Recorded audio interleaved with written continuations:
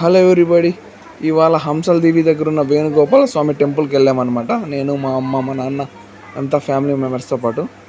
ఇలా ఉందండి గుడి, భలే కట్టారండి. ఎవరు కట్టారంటో నాకైతే తెలియదు కానీ సూపర్ కట్టారు.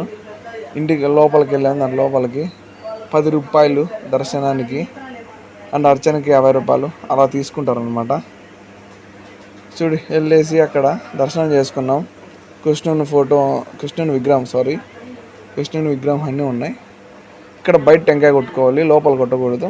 ఇక్కడే కొట్టామన్నమాట. టెంకాయ కొట్టేసి అక్కడ తీసుకెళ్ళామన్నమాట.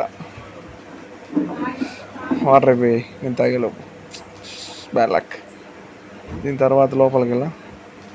ఇక్కడ నరసింహస్వామి టెంపుల్, ఇంకా తర్వాత వేరే అన్ని దేవుల విగ్రహాలు ఉన్నాయన్నమాట.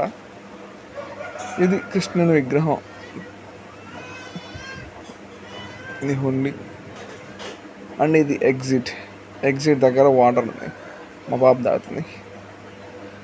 ఇది గోపురం తర్వాత భజస్తంభం ఏదో ఇలా కట్టారండి. గుడి మాత్రం ఎక్సలెంట్గా కట్టారు. ఇక్కడ హంసల దేవిలో సముద్రం పక్కనే ఉంది. అక్కడ చేప చచ్చిపోయింది, ఎందుకంటే ఆక్సిజన్ లేకని వాటర్లో.